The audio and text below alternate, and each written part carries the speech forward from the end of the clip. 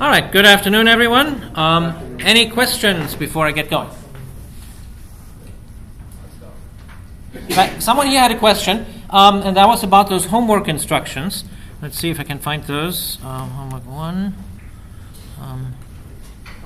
There we go.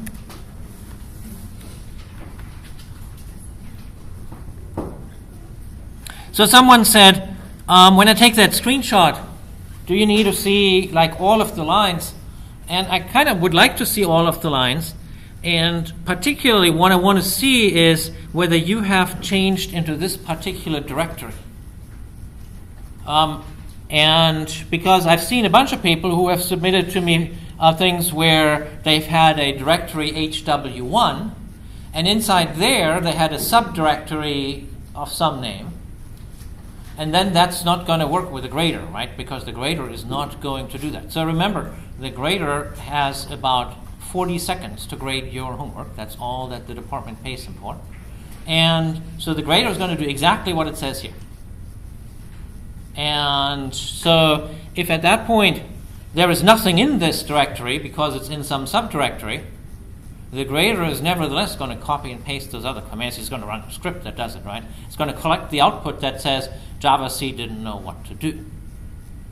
Okay? The only thing that the grader, of course, is going to do is the grader is going to put his own path to JUnit 4 because he's put it somewhere when he has no idea where he doesn't care where you put it. So, but I also was kind of curious where you put it. So that's important to me. Now there is a bit of a tension here that we kind of want you to work in the directory that is that you also that's also your Git repo.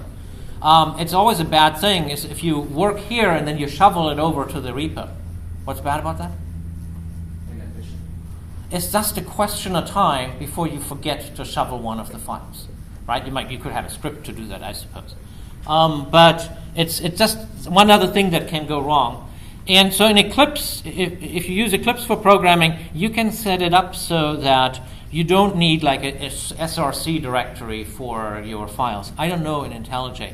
I know I've once tried this in NetBeans and they gave up. So normally if enough people have this problem, I would say, well, next time we'll give you an src directory. But next time we're not using Java but Scala where it's all different anyway. So for this time only, if you need to shovel files, just do that. But make sure to follow this procedure. It's for your own good. There was one fellow who said, well, how come it didn't compile?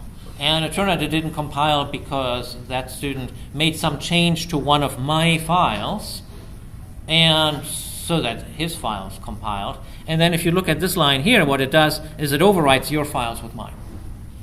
That's what the grader is going to do. Okay? So I'm giving you exactly what the grader is going to do so that you can't later say, well, I didn't understand that right? And so that's why I want to see the screenshot. And so I want to see the screenshot so that I can be sure that that you really did this, and later if you didn't. So this is we're not going to do the screenshots for the rest of the semester. It's just to get everyone going. All right, so that was that. Any other questions? Yes? So when you wanted us to add our own tests, yeah. Did you want us to add on to the class you provided? No, it says here for you to turn in another class called Exprotest 2 or something. Oh, okay. If you carefully read through it, it says so. Yeah. And so the grader will compile and run your thing, but not particularly look at it. As long as the tests are meaningful, okay, then that's good enough. Okay. And that's mostly so when later there's some issue, and then I can see what tests you are running. And it's a good habit anyway. Other questions? Yeah. I just want to make sure that in the test2 file, do we combine the original 5 tests and add 30 more? No, you just make your own. Okay. Because I have mine, right? There's no need to duplicate that. All right, so on to functional programming. So what's functional programming? Functional programming is something that's conceptually super simple. In a functional programming language, functions are values. That's all. So what's a value? Well, let's look at what values are in Java. Java is particularly simple in this case. Java only has 2 kinds of values. In Java, a value is either a value of primitive type, such as a number or a Boolean, or it is a reference to an object. Notice that in Java, objects are not values. There's no way for you in a Java program to directly manipulate an object. Everything you do is through a reference to an object. That's different than in C++, for example, where you have a pointer to an object, or you can have the object itself. In Java, you always have a reference. So Java is simple. It has these two kinds of values. Notice that a method is not a value in Java. A method may be a beautiful thing, but it is not a value. You cannot take a method in Java and put it in a variable. There's no language construct that allows you to do that. You cannot take a method in Java and pass it on to another method and say, hey, work with this. Everything in Java that you can pass on to another method has to be either a primitive type value or an object reference. That's it. Now, in a functional programming language, functions are values. You can take a function and store it in a variable for later use. You can take a function and give it to some other function and say, hey, work with this. You can make functions that build other functions at runtime. Say, hey, I've just built this new function. Have at it. So it's different. The difference between a functional programming language and language that's not functional is exactly that functions are things that you can manipulate and produce in the functional programming language. So let's just see this with a little bit less abstraction in Scala. So here I have a value called num. So the way you do that in Scala, you say val for value. Num is the name of the value. And then you initialize it. So you have initializing num with 3.14. So from now on, num is bound to 3.14. And functions work just like numbers. So here I'm having a function. This is the notation for the ceiling function, the one that takes a fractional number and produces the next higher integer. The syntax is a little bit weird. It's the ceiling function is defined in math, and then you have to put an underscore here to turn a method into a function. Scala has both methods and functions, and that's the notation that they have. So now I have a function stored in the variable fun. Like I said, it's a value I can store in a variable. What can I do with it? There's only two things that you can do with such a value. You can hand it to someone else, or you can call it. The way to call a value that's a function is to produce the value and stick parentheses behind it, and then feed in parameters. So here we're calling fun of num, and that prints 4, because that's the next higher integer from 3.14. So this particular function fun here was stored in a variable. It had a name, the exciting name fun. I can also have anonymous functions. So here's an example. This is a function that, given an x that's an integer, produces x times x. This is the Scala notation for it. It's a function literal. It's just the function, it doesn't have a name. Now you might say, that's weird. Why does it not have a name? Shouldn't every function have a name? Well, in Java, you don't give every value a name. You could just write 3.14 or 2 or -1, and it stands for itself. That's considered a normal thing to do, right? Just imagine you had to put every 1 and -2 in a variable before you could use it. So in Scala, it's the same thing, that this thing here is a function. It's a perfectly good function. It's an anonymous function. Of course, you can take this anonymous function and then later store it in a variable and thereby give it a name. So over here, I'm making this anonymous function, and I say, hey, I do want to remember it by some name. I'm sticking it in the variable called square. Later, what can I do with square? There's only two things you can do with a function. You can give it to someone else, or you can call it. Here I'm calling it, like passing it some parameter, and I get a value out. And so it's the same thing as with numbers. If you have a number, you can stick it in a variable, and then you can use it in some expression. It's just the way you use it, that's where the difference between a function and a number manifests itself. With a number, the way you use it is you use some of the other numeric operators. With a function, you use the one and only operator that you have with the function, and that is the parentheses to feed it argument. Yes? I'm kind of confused. How would you use anonymous function within Scala? You would give them to other functions. So when there is a function that says, I need a function to do something, then you would give it an anonymous function. we'll see lots and lots of examples of that. But very good question. And in fact, hey, it's answered in this slide. So the reason that that people like the functional programming style is it makes a lot of things simple to express. So, for example, here is something that happens all the time in Scala, that we have some list of values. Now, here they're just integers, but they could be anything. And now you want to process them all. Now, what you would do in Java, you would say, okay, I have to loop over them, get the ith thing out of the list, transform it, and then put it somewhere. In Scala, you say, hey, I want to use the map function. What map does, it does exactly what I just told you. It goes through a list, gets all of the values out, applies some function to it, and collects the results. And to use map, you have to pass it a function, because that step transforms the value. That's different every time. So the part that's constant is getting the values out, processing them somehow, collecting them all. That stuff is packaged inside map. The variable part of map, namely the way they're processed, that's the parameter, that's the function. So here we say, I want to have the squares of all of these values, and you just pass it the squaring thing, and you get that new list back. So instead of having to write a loop that's 3 or 4 lines long, together with the declaration of the container that holds the results, that's all for free, and you can just pass this function. So you can do this very, very easily in Scala. Now, could you have the same miracle in Java where you say, I want to have a generic map function that works for everything, that does the same thing that I just described? And the answer is you could, but the trouble is, how do you pass the variable behavior? And in Java, passing variable behavior is not so pretty, because in Java only has 2 kinds of values, namely numbers, primitive type, and object references.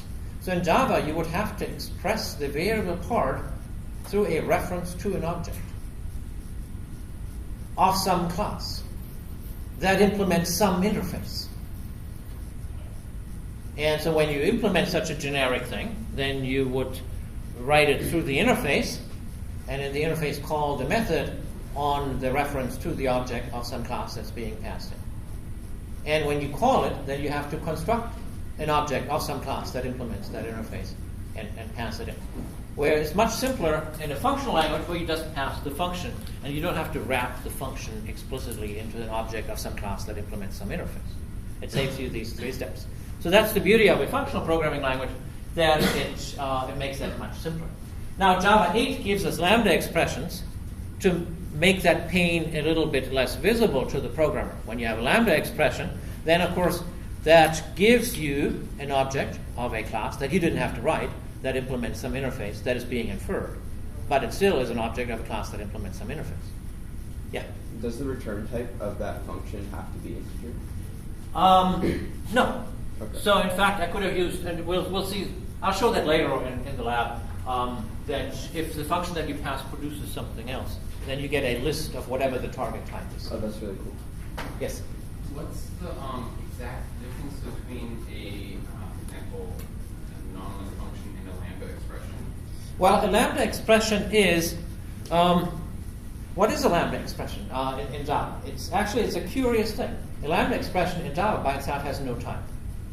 A lambda expression is something that when you assign it to a reference whose type is a functional interface, that then it behind the scenes produces a class that implements the functional interface of the receiver. So it's like it generates an anonymous functor class? It does, so in Java, a lambda expression is a directive to produce that instance of the class. And you can see that by itself it has no meaning, because you can take the same lambda expression and assign it to 2 different variables of 2 different types, and it'll mean 2 different things.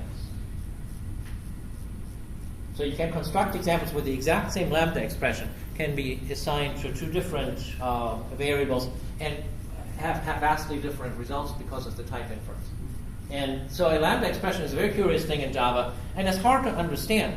When you explain to someone who doesn't have experience with functional programming what these lambda expressions are, it is a lecture and a half to explain the entire mechanism. They appear, for all intents and purposes, to be similar to the functions, but the functions in Scala are very easy to explain. Function is something that has parameters and produces a result. End of story. The function in Scala is what functions have been for hundreds of years in mathematics. And a bunch of inputs and outputs. That's what a function is in Scala. And so you don't have to worry about objects and functional interfaces and all of that stuff. So by making functions into first-class citizens, which is what a functional language does, is we have the benefit of being able to work with these functions that we know to be useful constructs because we've been using them for hundreds of years. So it gives the language much more expressive power, and there's a good reason why Java wanted to have lambda expressions, because they too wanted to have that expressive power. Why did Java not go all the way and actually introduce functions like Scala did? Because the people who are in charge of Java are mortally afraid of the complexities of the Java type system. That a lambda expression has, from the point of view of Java, the advantage that it has no type. It can only be converted to something that has a type. And that type then is an interface, something that already exists in the language. Because the Java type system is complex. It has grown from humble beginnings that were simple to understand into something that is now so complicated that every once in a while someone discovers a program that will put the compiler into an infinite loop because the type checker cannot figure it out. And so they don't want to mess with it. They do not want to have any further complications with it, and they purposefully design it so that Java is not a functional language, that functions are not first-class citizens, because they do not have the courage to do it. All right. Scala, on the other hand, because it doesn't have to live with all that history, they were boldly able to say, hey, we have functions, we have methods, we have both, and functions are the kind of thing that's cool for functional programming. So, a bit of Scala background here. The types in Scala are just like the types in Java, except there's no primitive types. So int in Scala is a type of objects. This is just the way it is. Arithmetic is just like in Java, no difference there. Variable type is inferred. So over here, when I say lucky number is 13, then it figures out, well, 13 is an int, therefore lucky number must be an int. That will actually come to Java in Java 10. That's obviously a useful feature to have. Function types, if you look at a function here, this is a function that consumes an int and it produces an int, and then it's written as int arrow int. Int arrow int is a type. It is the type of the functions that consume ints and return ints. Just like int is a type of all integers, int arrow int is the type of all of these functions. Trivial syntax here is semicolon at the end of a line is optional in Scala. You can put it in, you can leave it out. I will always leave them out so that you can tell at a glance that something is Scala code, because when there's no semicolons, you don't know right away. Because sometimes I'll have some Java example. If you do leave out, whether or not you leave them out actually, you need to be aware of the fact that they can be left out. There's sometimes situations in the parser where it's a good idea to break the line at a point where this compiler cannot accidentally stick in a semicolon. So if you have a line an expression that continues over more than one line, make it so that at the break there's some operator that gives suspense, or a parenthesis, or something that tells the compiler, hey, there's more stuff to come. If you were to put the plus over here, there's the risk that this might be interpreted as val y equals 2, and then the plus 3 would be computed on the next line and would give you plus 3, which is not what you want. Everything is an object. So here we have a method, to-hex string, that you can call on 42. So you don't have the artificial difference between objects, between primitive types and objects that you have in Java. Everything is an object. Very uniform and simple syntax. So actually, there's always been this discussion. Is Scala really complex? You'll hear blog posts that say Scala is a very complex language. And you have to ask, compared to what? Compared to Java, it's simple. So it's much more uniform than Java because they didn't put in any of these things. Now, that's actually not quite fair. Scala has its complex and nasty corners that Java does not have. But it really is true that for the simple things, Scala is simple. Now here's a bit of a syntactical oddity that makes sense from object-oriented programming that we're not really going to get into. You have a method that doesn't take parameters. You don't have to put the parentheses behind it. And I don't do that because there's a whole number of useful methods that we're going to be run into in the next lecture and beyond, where people don't put the parentheses, and it would look artificial to do it. So we'll just get used to it. You can put them if you want, but the Scala style is to say that if you have such a method, you just call it without the parentheses. Now here's the slide that's going to influence your life most in the next several weeks. So we say that that an object is immutable if it cannot change. You know immutable things from Java. In Java, strings are immutable. If you take a string, let's say you take the string hello, the way you see it here, and you want to change it to uppercase. In Java, can you change hello to uppercase? No, right? You can call hello to uppercase, and then what you get is an uppercase version, a new string. It's nothing to do with the old string that now contains all the uppercase letters. But your original string still contains mixed case. So it's impossible in Java to change strings to uppercase. Why do they do that? In C++ you can change strings. Why do they make strings immutable? Yeah. They have like a literal pool, right? And like. Yeah, they do have a pool of them. Something to do with like memory fragmentation, right? Not necessarily. I mean, you could argue that it's actually bad for that because that pool has to be somewhere, and if you have different generations of objects, it makes it more complicated. But there is something like that. Yeah. The reason why variables are immutable? No, but why strings are immutable? Oh. In Java. Yeah, in Java, in good old Java. They've been immutable for 20-some years, right? Yeah, it makes sense that you can mutate them in a language like Java. Well, in Java, in C++, strings are mutable. So you can change strings, and you do all the time in C++. But in Java, the decision was made so that you can share them. If you have two strings with the same contents, it is safe to share the reference because no one can mess with it. And at some point, it's going to be cheaper. So if strings occur frequently, if the same string occurs multiple times, then the sharing is a win. In terms of locality, I'm not sure, but so what Tyler was saying, maybe it makes it so that the memory of the string is closer to where it's being needed. If they're shared, that might not be the case. But of course, you could clone one, and no one would be the wiser if that was an issue for locality.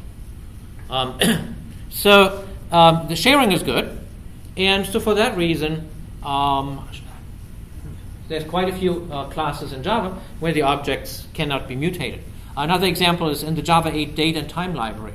All of the various date and time instances and spans, whatever they have in that library, they are all immutable entities.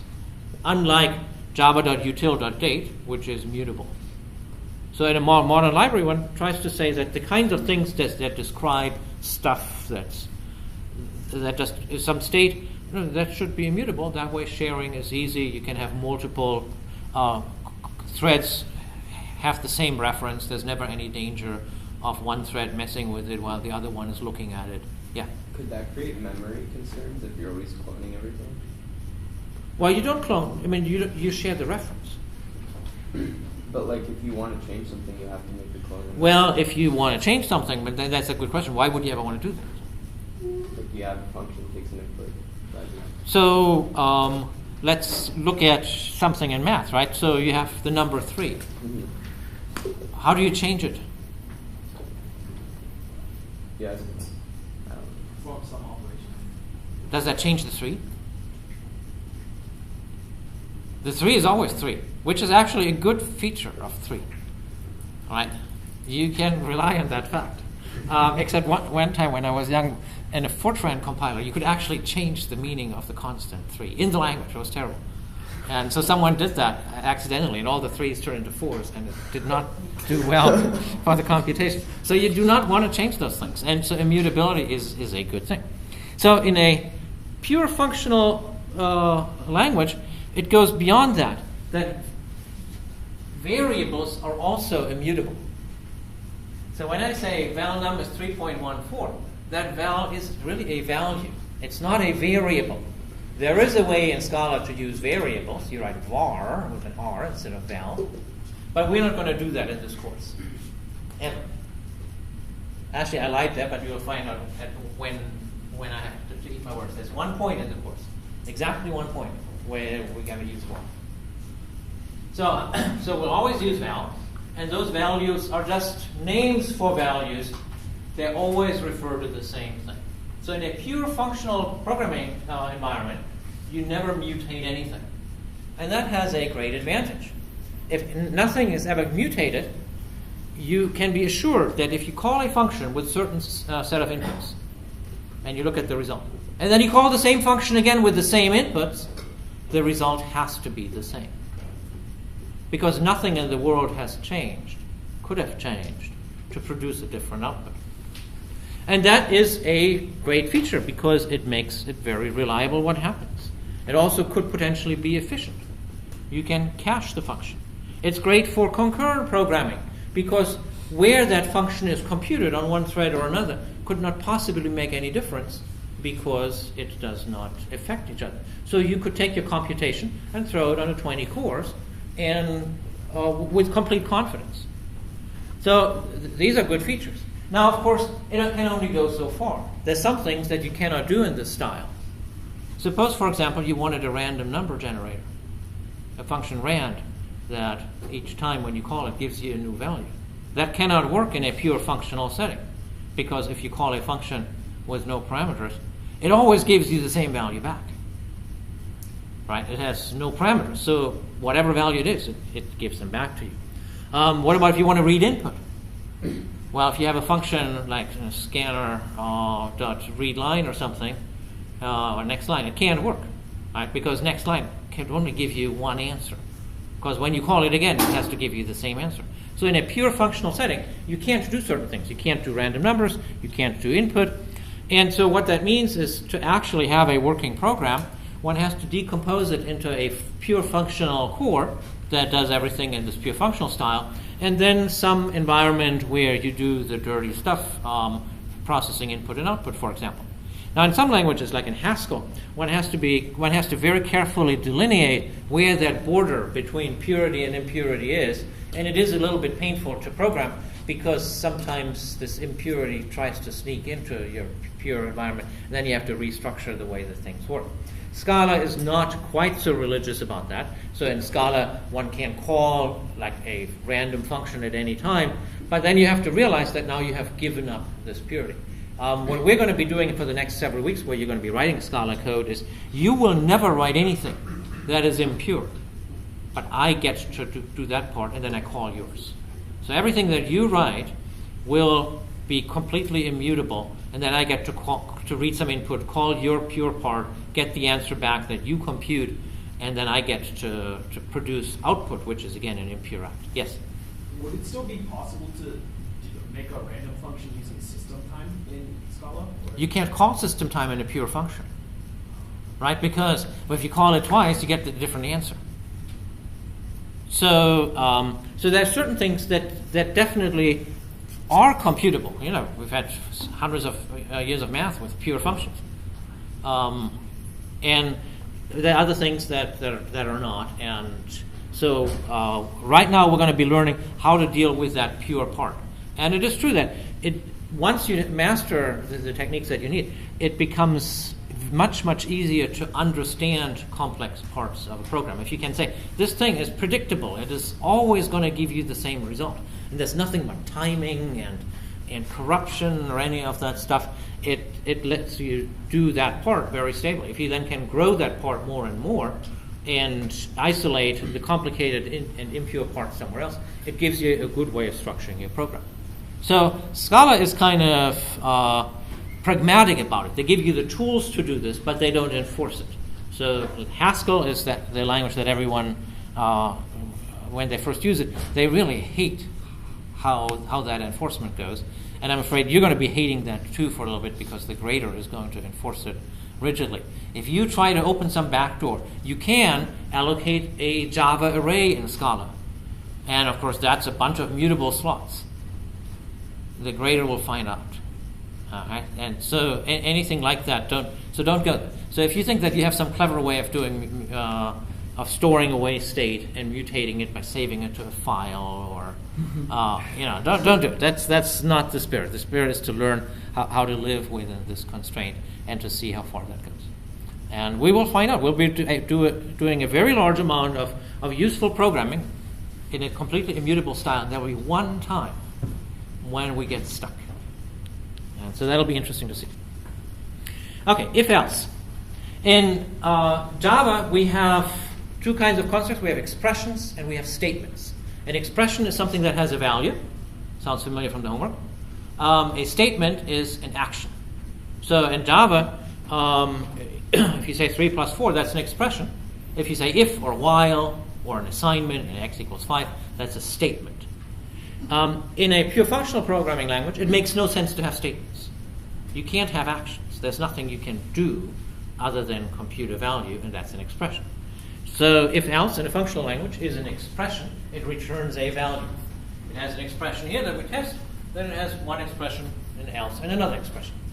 And it's just a selector between the two. The Boolean expression gets evaluated, and then it's one or the other. So, for example, I can say val x equals if, I just put in true because that was a short Boolean expression. Then it's true, otherwise it's 4. And so this thing has a value, it's an expression, I can then even multiply it by 3. It's just like question mark colon in Java. And that's how it is.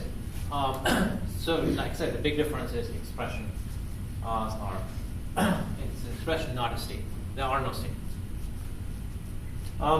What's the type? Every value in a strongly typed language has a type. So here we're putting in a Boolean, something of one type, and something of potentially a different type. The type is the most specific supertype. So here, if I write if true 3, else hello, it'll compile, it'll work, but I'll get an expression with an awkward type.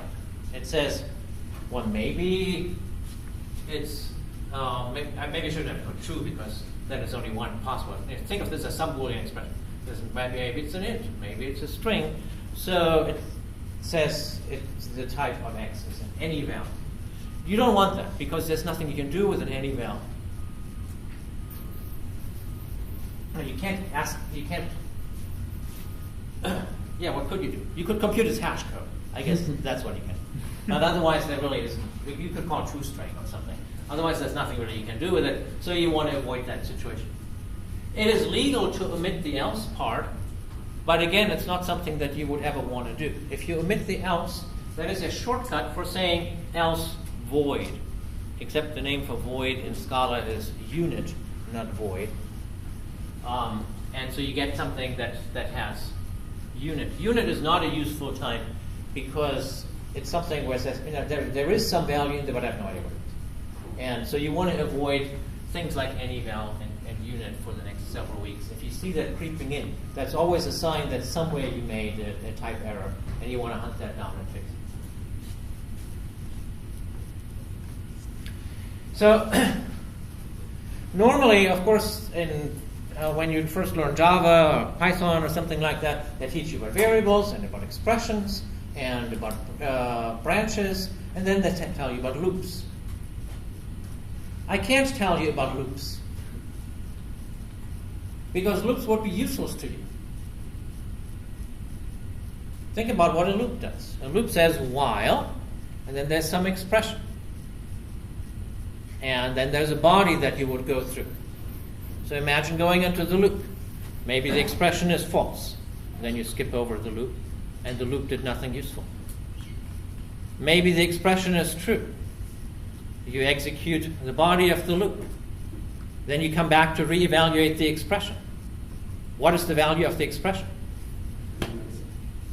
It must be true, because it was true at first, and there's no way for you to have changed the world. How could it not be true? How could you make it false? You can't change any variable. You can't change the state of the computation at all. So that means if you have loops, you can only use them for two purposes: to do nothing or to be stuck in an infinite loop. Loops will not be useful. Yes? What if you had something like a yield That's different. So there is a syntactic sugar in Scala called like a for yield loop or a for comprehension that really is not a for loop at all. It simply gets translated into a call to map. And so I'm not letting you use those either because you could just call map. So in the next several weeks, you will never use for and you will never use while. While does no good. The regular for loop does you no good because you couldn't increment an integer. You can't mutate. And the other style for loop that Scala has is just another way of writing a call to map that in some situations is syntactically more convenient. But you're supposed to learn in your gut what map does, so you'll just call map directly. So you can never use loops. The only things that you can do is either call higher order functions, such as map and friends, or you can use recursion. So we're going to start with recursion because it's a familiar concept. So in order to write a recursive function in Scala, there's one extra piece of syntax that I must introduce. So previously, I've defined functions by defining the code of the function and then sticking them in a variable. There is a second form for that, the def notation. With the def notation, I use def instead of l. I have the name of the function. Then I have the parameters that otherwise go to the right-hand side of the equal. Then I have the equal, and then I just have the expression. So it's just a slight reordering of the tokens. But there is a subtle difference to that we'll see in a second. So here I can use the def notation to define factorial. So the factorial function is defined to be, if x is 0, then the value is 1. See, notice again, it's an expression. Else, it's x times the factorial of x minus 1. So same old recursive definition that you've always seen. So why do we need the def? If we try to do this as a val, it won't work. So here I'm trying to rewrite the recursive def as a val. So it would consume in x as an integer, and then it gives you this expression here. But this expression here is using fac. And fac is not yet defined. It's only after we've stuck it in here. So what the def does for us, it says, it kind of reserves you this definition. It says, this thing will be defined. It will be there. And when you use it, it means to call that thing that you're in the process of defining. So for recursive functions, you always need it. Now, mercifully, every iteration that one can ever write can be rewritten as a recursion. Sometimes better, sometimes not so good. But in many times, the recursion is elegant and easy to understand. That's why this guy, Peter Deutsch, said, to iterate is human, to recurse divine. So that's what we're going to be trying in the lab. So in general, I try to limit the lectures to 20 minutes. That's kind of aspirational. Probably won't work very often. Then we'll have a lab for whatever time we have, except I want 10 minutes at the end for wrap-up. The lab, you do it with buddies. You pick some reasonable-looking person sitting in proximity. The two of you work together. One of you should mess with the code. The other one can type up answers. Switch those roles once in a while. Discuss this. It's worked beautifully in the previous section. Everyone had a good dialogue with their neighbor. Switch those roles ever so often. You can do it once every lecture. The way you submit it is that one of you two needs to make a directory, lab 1, lab 2, and so on, and put a file, report.txt, with the full name, first and last, please, of the other person.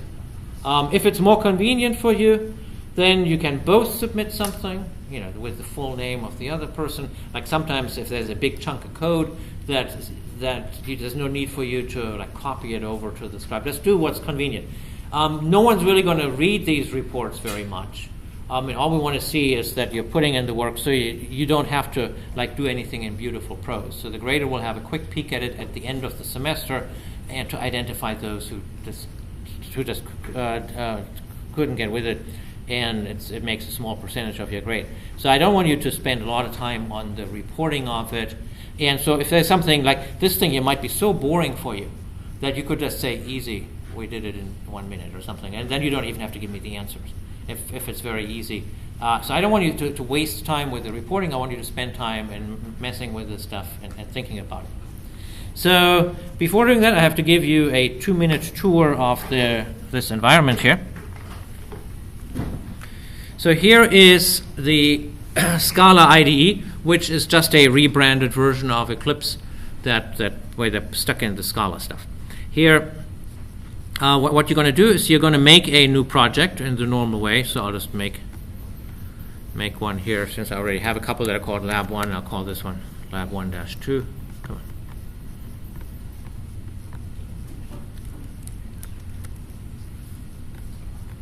on. You should call yours as Lab 1.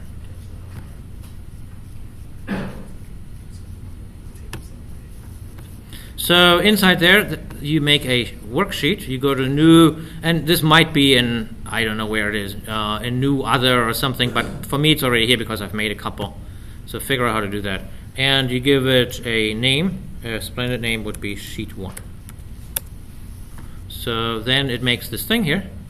And now you can put in expressions here. So I can put in 3 plus 4. And then I save by hitting Control S. Then it recomputes the entire thing, and you see these comments here on the right where it tells you what it computed. So those are auto-generated? Yeah, that's what it does. So, Kind of check it for you. so, you can call something here, and it computes the answer. So that's what you're going to be doing the next 30 minutes or so, putting in things into this worksheet and getting answers. That's all. All right, so go ahead with this. There's 4 parts to this. The first 3 are pretty simple. The 4th one requires you to set up a moderately complex recursion. We're going to go through for 20 minutes or so. Yeah, and then I'll talk through the answers. Yeah. Oh, the other thing is, yes, everyone should work with a buddy. I will leave the class for a few brief moments because it's intensely painful for me to watch that buddy forming process. And I will be back.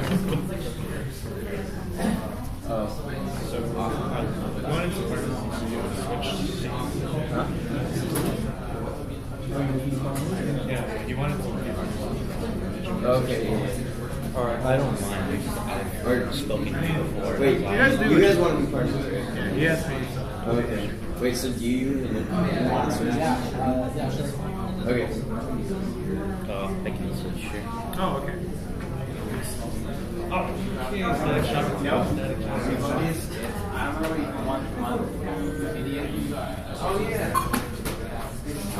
You already have the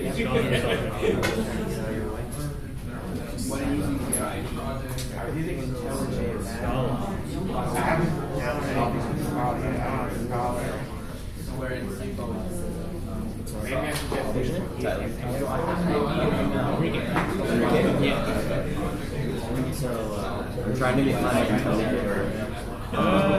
but we can just do it together.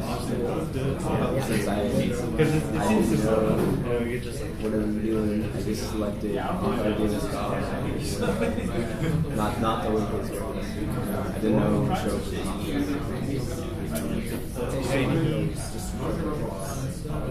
Yeah. I heard a lot about that. How's it? It's pretty good. Like, I really like it.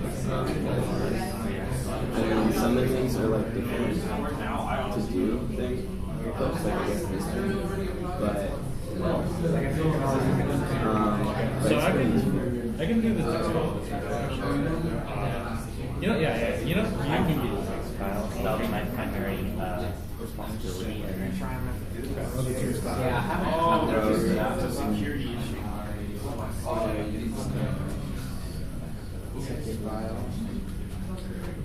Can you separate it into 2 so that I can see the text file? Yeah. so he was just able to type in expressions. Did he have to do anything? He was just able to type in expressions and it would just work. Did he have to type in anything else? Is it on the next or did you like manually? I want to see what he's like. Yeah, never actually done that. It's pretty. And then I tested the built-in. It's only Oh, really? who Scala works. I'm taking a while. I should look up inside. I should have opened up like the beginning of class.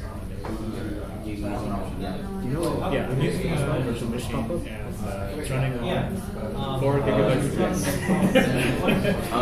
it's just this is like so I saw it before we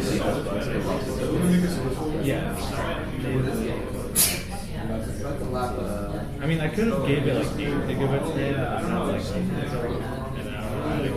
Because the actual security. Don't save. So for intelligent cookies, following the idea. Okay. So going with the idea. Lab 1.